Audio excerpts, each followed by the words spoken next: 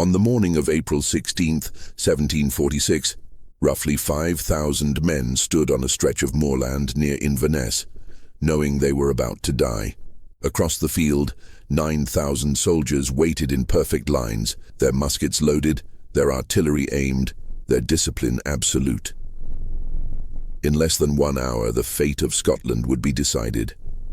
A kingdom that had survived centuries of English aggression, that had resisted invasion after invasion, that had preserved its clans, its language, its way of life through generations of defiance, would cease to exist as it had been known. This was not a battle between equals. This was the culmination of decades of political fury, of religious hatred, of cultural genocide disguised as military necessity.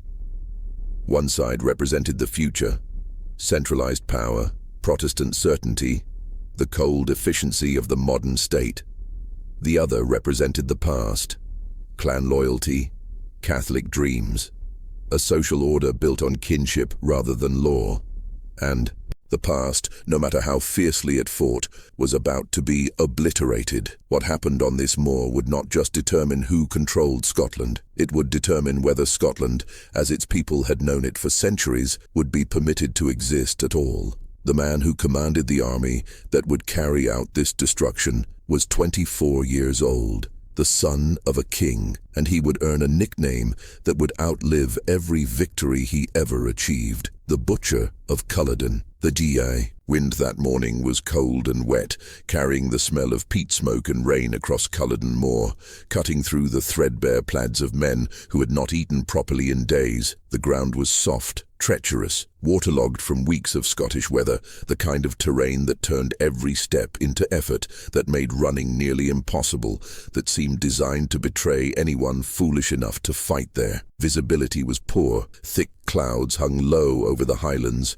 turning the landscape into something grey and featureless, erasing the mountains in the distance, making the world feel small and suffocating. This was not the dramatic backdrop of heroic legend, not the sweeping vistas that poets would later pretend existed. This was a killing field, chosen poorly, positioned badly, where tactical advantage belonged entirely to one side and disaster awaited the other. The year was 1746. The place was Drumossie Moor near Inverness in the Scottish Highlands, and what happened here in the next 60 minutes would echo through centuries, would define national identity, would become the wound that never fully healed, would be remembered as the moment when the old Scotland died, and something new, something diminished, took its place. The air itself felt heavy, as if the land knew what was coming, as if the earth had already begun mourning the blood it was about to drink. The man who led those 5,000 rebels was not a king, not yet, though he believed himself destined to become one, believed it with the kind of certainty that makes young men do catastrophically stupid things. Charles Edward Stuart, Bonnie Prince Charlie to those who loved him, the young pretender to those who opposed him, a reckless romantic fool to those who understood military reality, was 25 years old, the grandson of a deposed monarch, the heir to a dynasty that had been cast out of Britain nearly 60 years earlier when his grandfather James II had been overthrown for the crime of being Catholic in a Protestant nation. Charles was handsome, charismatic, impossibly confident, the kind of leader who inspired men to abandon reason and follow him into the impossible, who could walk into a room of skeptical Highland chiefs and walk out with an army. He had landed in Scotland less than a year before with almost nothing, 7 companions, no army, no money, no meaningful support from the great powers of Europe, who had promised much and delivered nothing.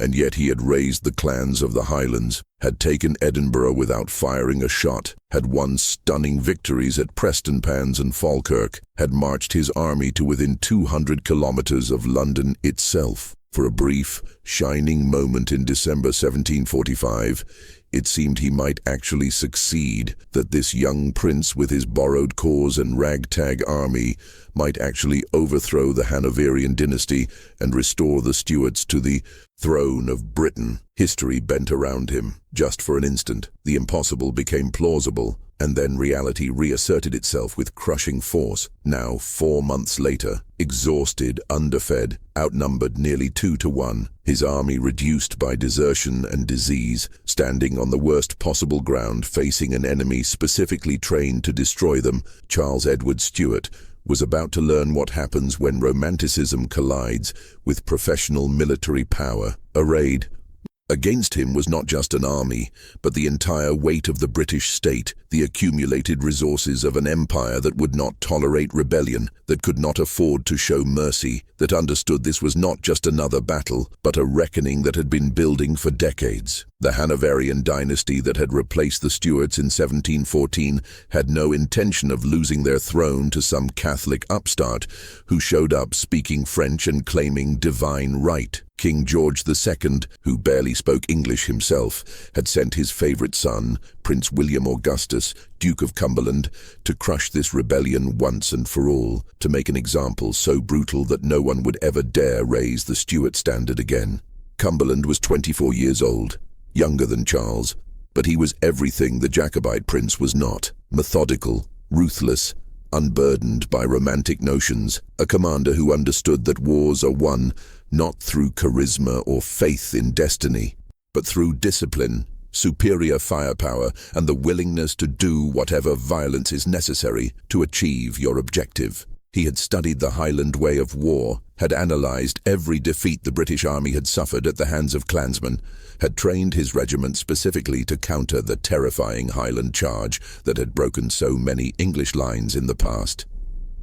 His soldiers knew exactly what to do when the Highlanders came screaming across the field with their broadswords and targes. They had practiced the movements hundreds of times. They would not panic. They would not break. And behind them stood artillery, train after train of cannons, more guns than had ever been assembled against a Highland army, loaded with grapeshot, aimed at the mass of kilted warriors who waited in the cold rain, ready to turn human bodies into shredded meat. This was not a coalition of rivals brought together by circumstance. This was the machinery of an empire, calibrated for extermination, commanded by a man who viewed mercy as weakness and cultural destruction as policy. What happened in the next 12 hours would determine whether Scotland continued to exist as anything more than a name on a map.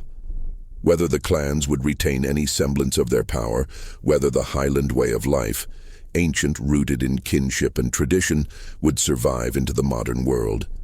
If Charles won, if his army somehow broke through those disciplined red lines, if the clans could reach the British soldiers before artillery tore them apart, if God or fate or sheer desperation could overcome the mathematics of firepower, then the Stuart dynasty might be restored. The Act of Union that had joined Scotland and England in 1707 might be undone, and the Highlands might remain what they had always been: defiant, independent, ungovernable.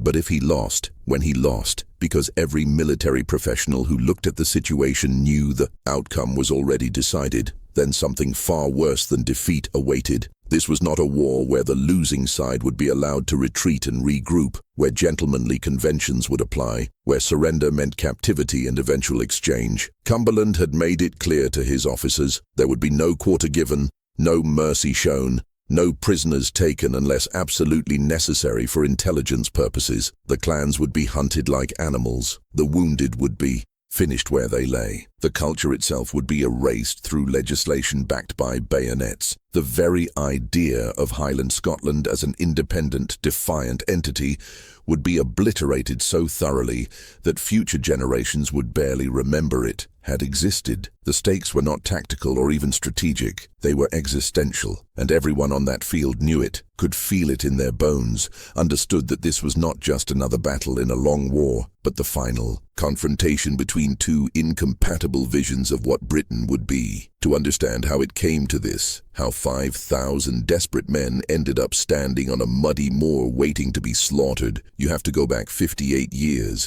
to 1688, when England underwent what they politely called a glorious revolution, glorious for Protestants anyway, catastrophic for Catholics, and anyone who believed in the divine right of kings. King James II, a Catholic convert in a Protestant nation, had made the fatal mistake of trying to liberalize laws against Catholics and had terrified Parliament into believing he would drag England back to Rome. They invited his Protestant daughter Mary and her Dutch husband William of Orange to invade.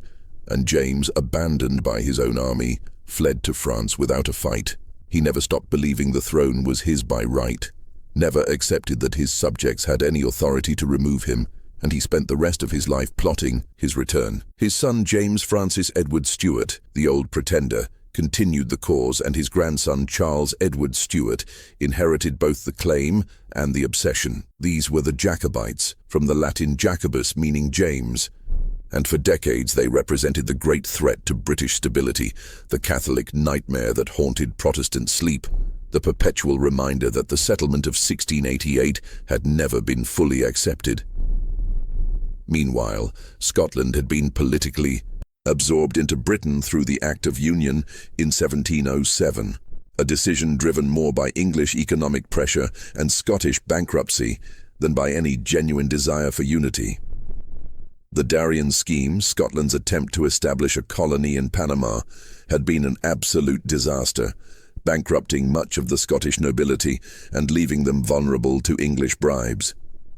The Act of Union promised economic access to English markets and colonies, paid off Scottish debts, and quietly ended Scottish independence. But many Scots, particularly in the Highlands, saw this union as betrayal, as the selling of a kingdom by corrupt lowland politicians who cared more about their own wealth than national sovereignty. The Highlands operated under a different system entirely, loyalty to clan chiefs rather than distant kings, justice through tradition rather than law, social organization based on kinship rather than contract, a martial culture that valued courage and honor above everything else. When Charles Edward Stuart arrived in Scotland in July 1745, landing on the island of Eriskay with his 7 companions, he was not just offering a chance to restore the Stuart monarchy, he was offering the Highlands a chance to be Scotland again, to throw off the union that had been forced upon them, to reclaim their independence and their way of life. And despite having no French army behind him, as he had promised, despite bringing no money or weapons, despite every rational person telling him this was madness, the clans came. They came because they hated the Union, because they were Catholic or Episcopalian in a Presbyterian state, because their chiefs called them and honor demanded obedience, because young men have always been willing to die for causes that older men know are hopeless. The rebellion began with shocking success that seemed to validate Charles's faith in his destiny, seemed to prove that God truly was on his side, that the impossible could become real through courage and conviction. Charles raised his standard at Glenfinnan on August 19, 1745, and the clans came to him. Camerons, MacDonalds, Stuarts, Mackenzies, names that carried weight in the Highlands, that commanded fear elsewhere. Warriors who had been fighting each other for generations, but were willing to unite against the common enemy of London rule. They marched on Edinburgh, and the city's defenders fled without a fight, the castle garrison too small to hold the city itself. On September 21st at Prestonpans, the Jacobite army crushed a British force under Sir John Cope in less than 15 minutes, the Highland charge smashing through trained infantry like they were children, the battle becoming a rout before it had properly begun. It was the kind of victory that creates legends, that makes men believe in miracles. Charles then made the decision that would define the rebellion. He would march on London, would take the war into England itself, trusting that English Jacobites would rise to join him and that the French would finally deliver the support they had promised. His army crossed into England in November, taking Carlisle, marching south through Manchester, reaching Derby on December 4th, just 127 miles from London, close enough that panic gripped the capital, close enough that King George II was reportedly preparing to flee to Hanover. And then Charles's commanders looked at the map and saw the truth. No English Jacobites had risen, no French army had appeared, and 3 separate British armies were converging on their position, including a massive force under Cumberland that would crush them if they advanced further. His chief advisor, Lord George Murray, forced Charles to retreat, and in that moment the rebellion died, even though the fighting would continue for months. The army that marched back north was not the same one that had left Scotland.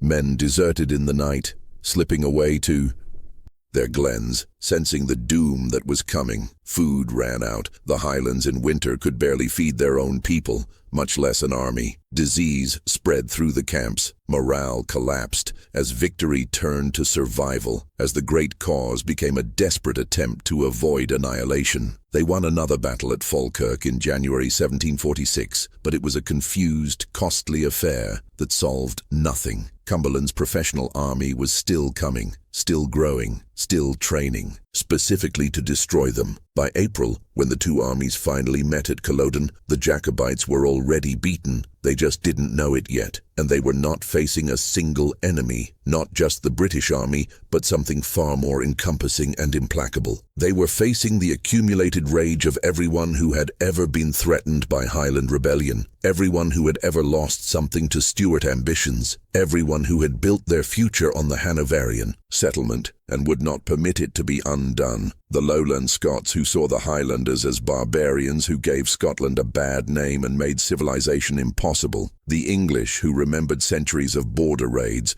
of Scottish invasions, of alliances with France that had cost English lives. The Hanoverians, who would not tolerate anyone questioning their right to rule, who understood that showing mercy to rebels only encouraged more rebellion. The political class that feared chaos more than anything, that had built their fortunes on stability and could not afford upheaval. The merchants and traders who wanted predictable law and open markets, not feudal chiefs and constant warfare. The Protestants who feared Catholic restoration, who still remembered the burnings under Mary Tudor, who believed that religious freedom itself was at stake.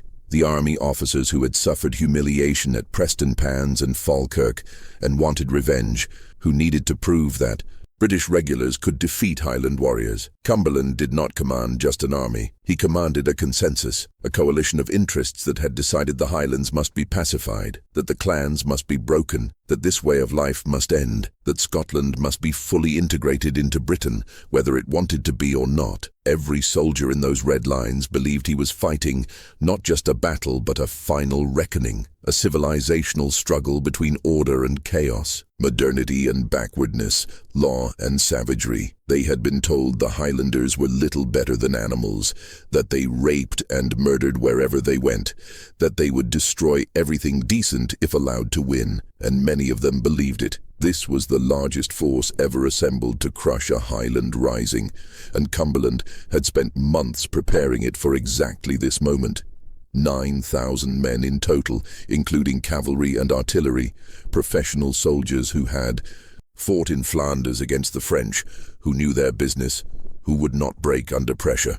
The infantry included regiments that would become famous: Barrels, Wolfes, Munros, Howards, units with proud histories, commanded by experienced officers, drilled endlessly in the maneuvers that would stop a Highland charge. Against them stood approximately 5,000 Jacobites, though numbers are disputed, and many of those were already weakened by hunger and exhaustion, having spent the previous night on a failed march intended to launch a surprise attack on Cumberland's camp at Nairn. That night march, ordered by Lord George Murray against Charles's wishes, was supposed to catch the British celebrating Cumberland's birthday, drunk and unprepared. But the Highlanders, exhausted and starving, could not move fast enough through the darkness, and as dawn approached, they were still miles from their target, strung out along muddy paths, vulnerable to discovery.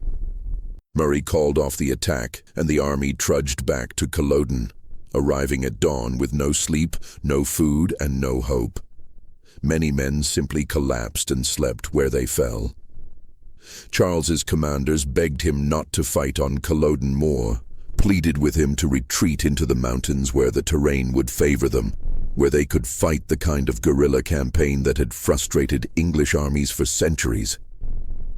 But Charles, still believing in his destiny, still trusting that God would deliver victory, refused to retreat again. He chose to fight on open ground, chose to meet the British army in exactly the kind of battle where all their advantages in discipline and firepower would tell. And in doing so, he chose to end not just his own cause, but an entire world. The night before the battle, after the failed march, after the exhausted return to Culloden, the Jacobite camp was silent in a way that felt unnatural, felt like the absence of something essential, felt like men who had already accepted what was coming and had no strength left for pretense. Men wrote letters to wives and children they would never see again, scratching words by firelight with frozen fingers, trying to explain why they had made the choices they had made, why duty and honor had mattered more than survival. Priests moved through the lines offering final blessings, hearing confessions in Gaelic,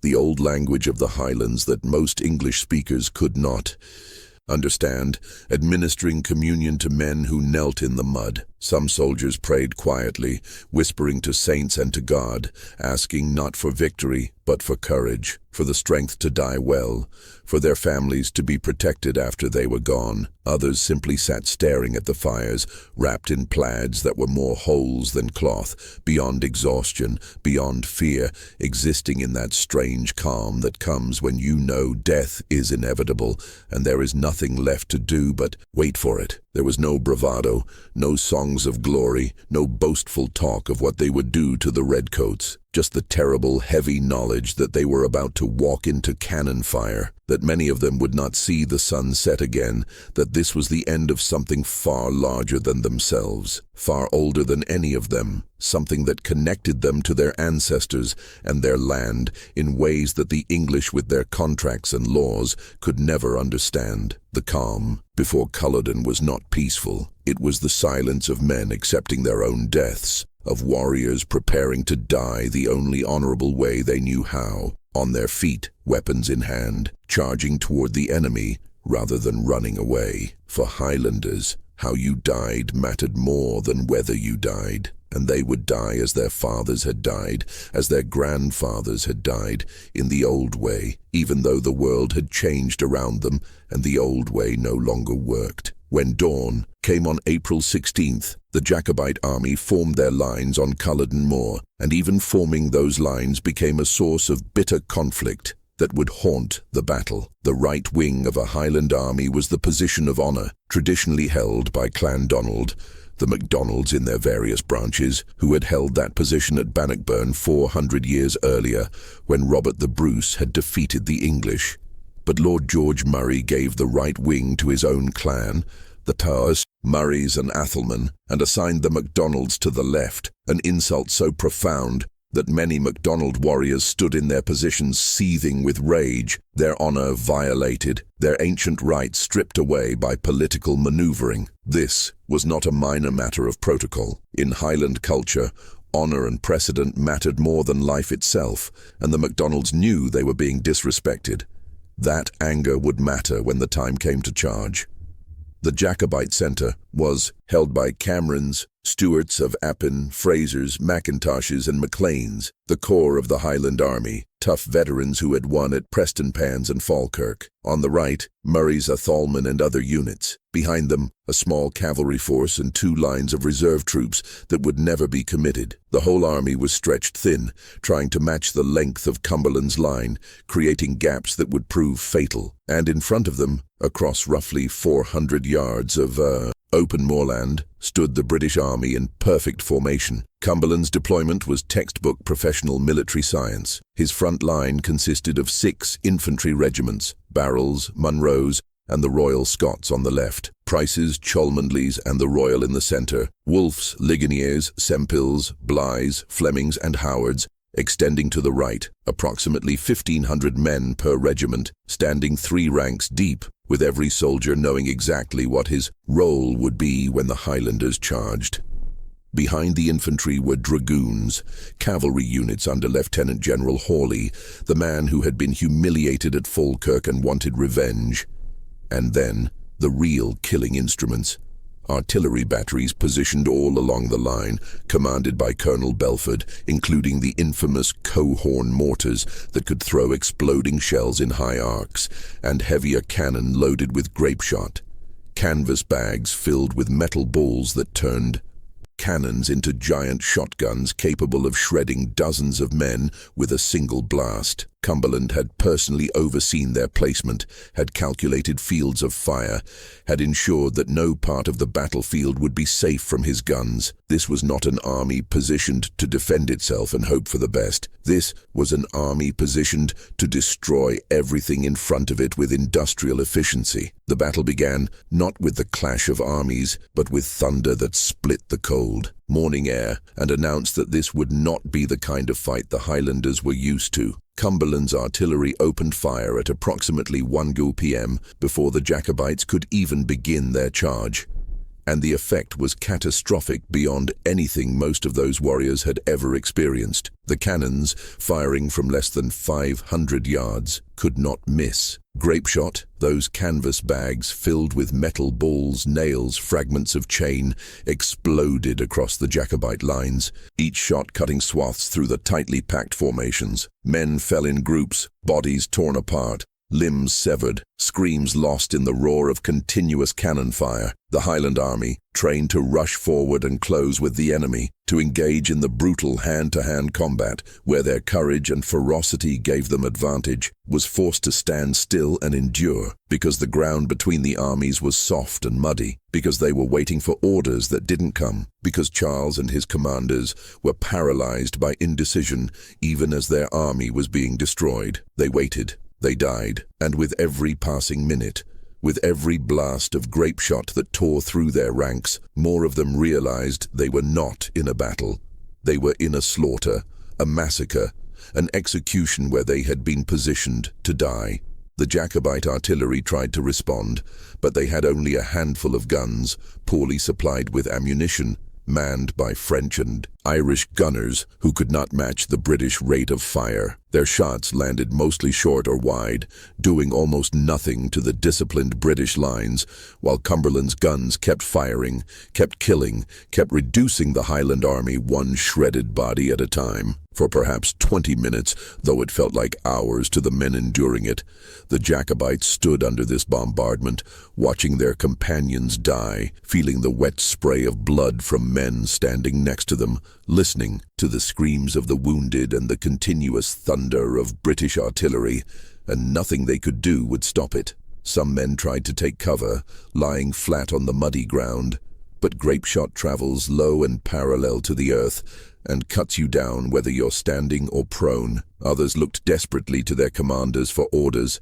for permission to charge, to do something other than stand here dying. But Charles had positioned himself too far from the front line to see what was happening, too protected by his guards to feel the urgency, too committed to his romantic vision of how the battle should unfold to understand that his army was disintegrating. Finally, the right wing could stand it no longer. The clans began to move forward without orders, unable to endure passive death, needing to act, even if action meant rushing into more death. They broke into the Highland charge, that terrifying assault that had shattered English armies for centuries. That was Scotland's answer to professional military science, that represented everything fierce and defiant about the Highlands. The Highland charge was not a simple run forward. It was a tactical system refined over generations, designed to overcome the firepower advantage of musket-armed infantry. The warriors would advance rapidly, irregularly, making themselves difficult targets, often discarding their muskets after a single volley because Highland fighting was about getting close, about reaching the enemy line before their discipline could hold. Each man carried a targe, a small wooden shield that could deflect a bayonet thrust, and a broadsword or claymore,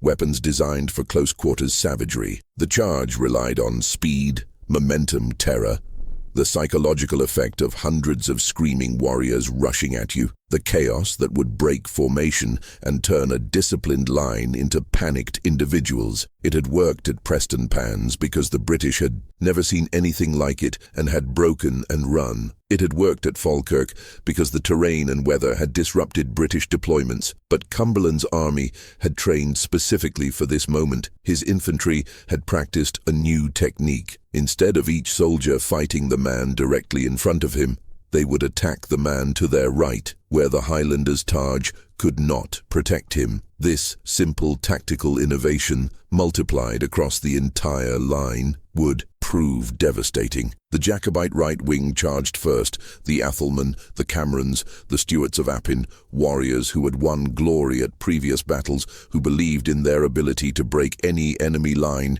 if they could just reach it. They ran across the moor through mud that grabbed at their feet, through smoke from the artillery, through the continuing rain of grape shot that cut men down even as they charged. The British infantry waited with the discipline of machines, holding their fire until the Highlanders were close enough that every shot would count. At approximately 50 yards, the first British volley crashed out, a wall of lead that tore through the charging clansmen. Men fell, but the charge did not stop. At 30 yards, a second volley, more precise, more devastating. At 15 yards, a third volley, fired almost point-blank into the mass of Highlanders, who were now so close that you could see their faces, could see the desperation and fury and fear in their eyes. And then they crashed into the British line, and for a few terrible minutes there was chaos, unlike anything else in warfare. The brutal intimacy of men killing each other with blades, the screaming and cursing and dying, the smell of blood and gunpowder and shit from men whose bowels had released in death. Some Highlanders broke through the first rank of British infantry, their momentum carrying them into the second and third ranks, their broadswords finding flesh, their rage making them capable of incredible violence. The Camerons and Stuarts hit Barrel's regiment directly in front of them and pushed them back, creating a gap in the British line, and for one brief moment it seemed possible that the Highland charge might work after all, that courage could overcome muskets and artillery. But Cumberland's second line immediately moved forward to plug the gap, and his soldiers, trained in that new technique of attacking the man to your right, began methodically killing Highlanders who could not defend themselves against attacks from that angle. The British fought with discipline, not passion, stabbing mechanically with their bayonets, holding formation even in the chaos, letting their training carry them through. They aimed for the ribs, for the armpit, for any exposed flesh not covered by the Taj, and Highlanders who had broken through the first line found themselves surrounded, being stabbed from multiple angles, dying in groups as British infantry closed in around them. And the entire time, Cumberland's artillery never stopped firing. The guns on the flanks, now firing into the sides of the Highland formations, had perfect targets, dense masses of men all moving in the same direction, all exposed, all unable to respond. Grape shot tore through them from the side, killing men who never saw the shots coming, creating horrible casualties that had nothing to do with courage or skill, but simply represented the mathematical superiority of firepower over cold steel. On the Jacobite left, the MacDonalds, still furious about being denied the position of honor, still seething about the insult to their ancient rights, advanced slowly, reluctantly, without the fury that characterized the Highland charge at its best. They came under withering fire from Howard's and Barrel's regiments, saw their chieftains fall, saw men dropping all around them, and their charge faltered before it even properly began. They stopped, perhaps 50 yards from the British line, and stood there firing their muskets in a futile exchange with professional soldiers who could reload faster and shoot more accurately. And then they began to retreat, not running, but backing away, refusing to commit to a charge they knew was hopeless. The clan that had held the right at Bannockburn, that had been the pride of the Jacobite army, withdrew from the field with their honor in tatters, hating the commanders who had put them in that position, knowing they would be blamed for the defeat that was already inevitable. In the center and on the right, where the Highlanders had actually reached the British line, the fighting was already beginning to turn. Men who had fought their way into British formations found themselves surrounded by enemies, found that killing one soldier just meant facing two more, found that courage meant nothing against numerical superiority and better organization. The British line, which had bent under the initial impact, was stiffening, was reforming, was pushing back. Wounded Highlanders, unable to retreat through the mud and bodies, were finished where they lay, bayoneted methodically by British soldiers who had been taught that mercy was for after the battle, not during it. Officers shouted for the Jacobites to retreat, but retreat from hand-to-hand combat is almost impossible. You cannot turn your back on an enemy who is within sword reach.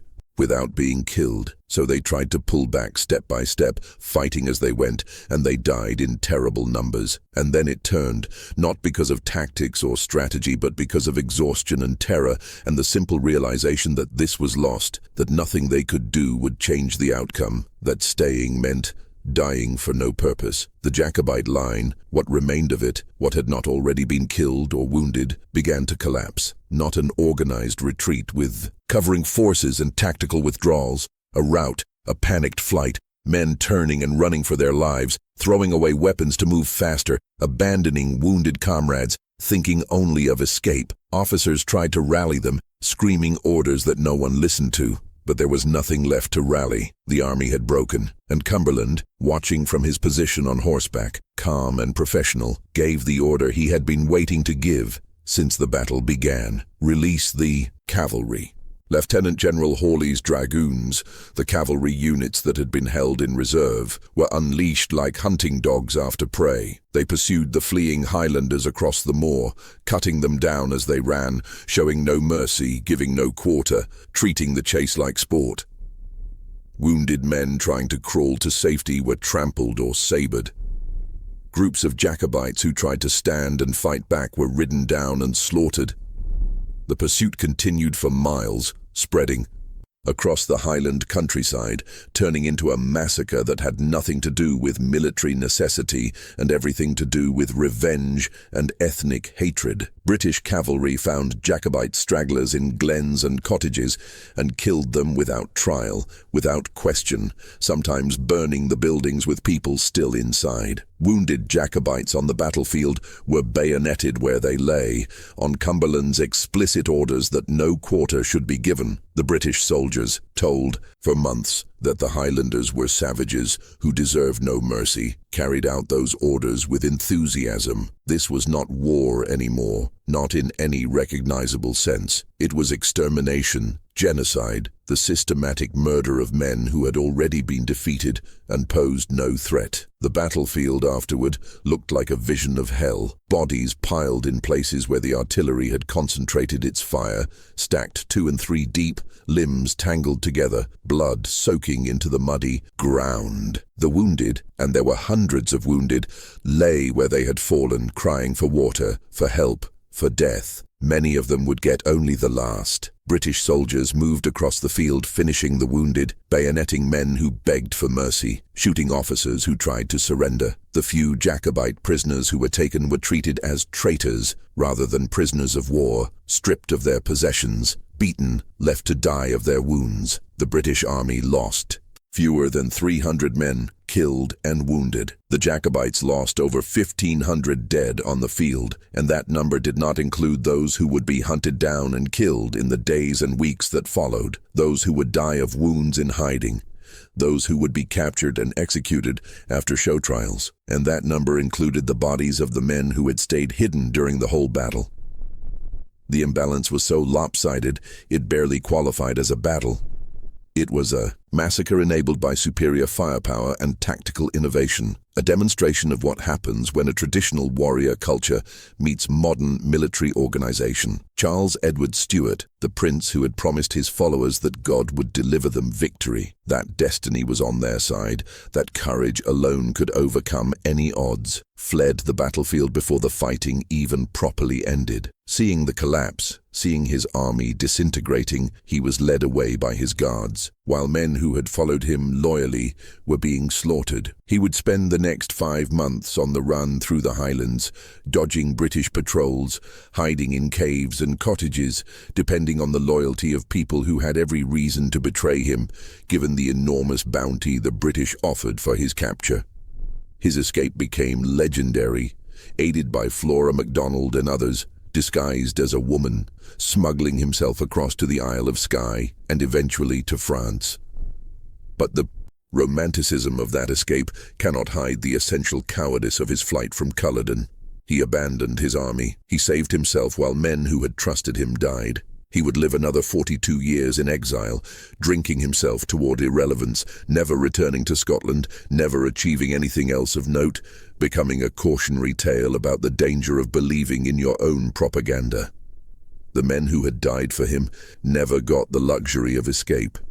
They got British bayonets and mass graves. But the killing did not stop when the battle ended, did not stop when the last Jacobite fled the field, did not stop when military logic would dictate that the threat had been eliminated. Cumberland, methodical and thorough as always, ordered a campaign of reprisal that would make Culloden remembered not just as a battle, but as the beginning of cultural genocide. Jacobite wounded were shot where they lay, even those who had managed to crawl into nearby barns and houses, seeking shelter. Entire villages that had supported the rebellion were burned, their inhabitants driven out into the cold Highland spring with nowhere to go. Civilians were executed without trial on suspicion of having aided the rebels, sometimes on evidence as flimsy as having a Jacobite relative or speaking Gaelic. The Highlands were occupied by British soldiers who had been told the Highlanders were barely human, and they behaved accordingly. Houses were looted, women were raped, livestock was stolen or killed, crops were burned. The systematic brutality had a purpose: to terrorize the Highland population into absolute submission, to make them understand that resistance would be punished with a severity that made death seem merciful. And it worked. Within weeks, Highland chiefs were surrendering, turning in their weapons, swearing oaths of loyalty to King George, abandoning their clansmen to save their own lives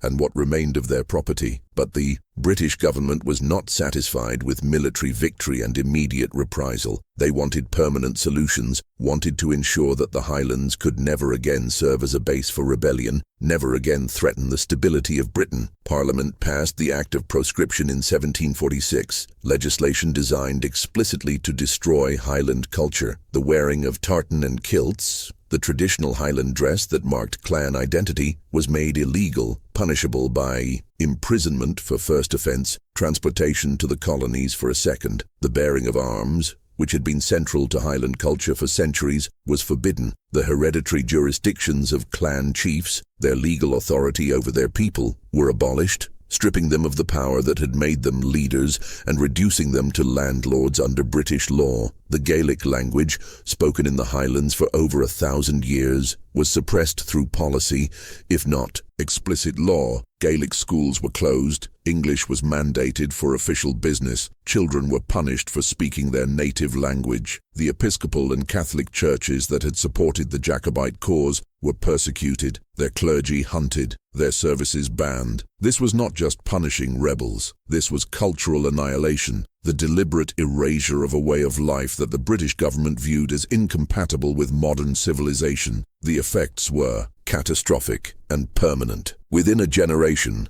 the Highland clan system that had existed for centuries was broken beyond repair. Chiefs who had once led their people into battle became landlords, interested primarily in profit. The land itself, which had always been held communally by the clan, became private property to be exploited. And that exploitation came in the form of the Highland clearances, which began in the late 18th century and continued into the 19th, forced evictions of entire communities to make way for more profitable sheep farming. Thousands of families were removed from land their ancestors had worked for generations, their homes burned to prevent their return, their communities destroyed. They emigrated because staying meant starvation, to Canada, to America, to Australia, to anywhere that would take them, carrying with them the memory of what had been lost, the bitterness of dispossession, the knowledge that Culloden had been only the beginning of their suffering. The Scottish diaspora that spread across the world was rooted in those evictions, in the transformation of the Highlands from a land of warrior clans to a land of sheep and empty glens. The Jacobite cause, which had threatened the British crown for 60 years, was finished. No one ever tried again. After Charles's pathetic exile, after the last Highland chief swore loyalty to George II, after the weapons were turned in and the kilts were burned, the Stuart claim to the throne became nothing more than a romantic fantasy cherished by nostalgic poets and delusional exiles. The dynasty that had ruled Scotland for centuries, that had sat on the English throne for decades, faded into irrelevance and eventually extinction. Henry Benedict Stuart, Charles's younger brother, became a Catholic cardinal and died childless in 1807, the last of the legitimate Stuart line. And Scotland, as it had existed before 1746, as a place where clans ruled, where old traditions held power, where defiance of London was possible, where independence meant something real, ceased to be. Culloden did not just end a battle or even a war. It ended an age, killed a culture, made certain that Scotland would be absorbed into Britain completely and forever. Today, Culloden Moor is quiet, preserved as a battlefield site where tourists walk carefully marked paths and read informational plaques that explain what happened there on that cold April morning in 1746. The battlefield looks peaceful now, grass-covered, with stone markers indicating where men fell, where the lines stood, where history pivoted. The National Trust for Scotland maintains it carefully, respectfully, treating it as the sacred ground it became. Visitors stand where the Highland army formed its lines and try to imagine what it must have been like to wait there for the cannon fire to begin, to know you were about to die, to charge anyway because honor demanded it.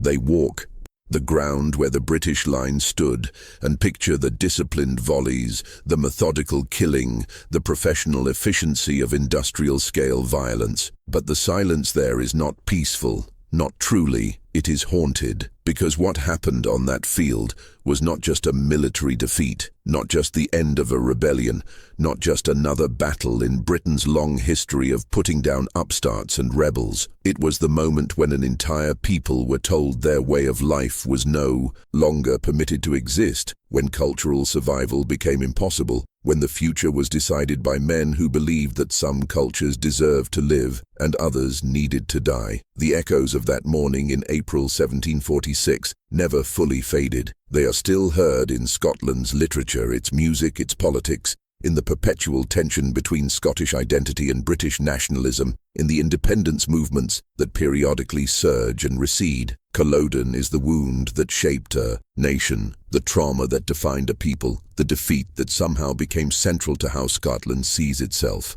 And the man who inflicted it, the Duke of Cumberland, earned a nickname that outlived all his victories, that became more famous than any battle he won, that reduced his entire career to one brutal morning on a Scottish moor, the Butcher of Culloden. History does not forget massacres. It does not forgive them. It does not let them go. And Scotland has never let go of Culloden. Never will, because some wounds are too deep to heal, some defeats too total to accept, some moments too important to forget. What ended there on Drumossie Moor was not just an army or a rebellion. It was a world, and we are still living in the one that replaced it.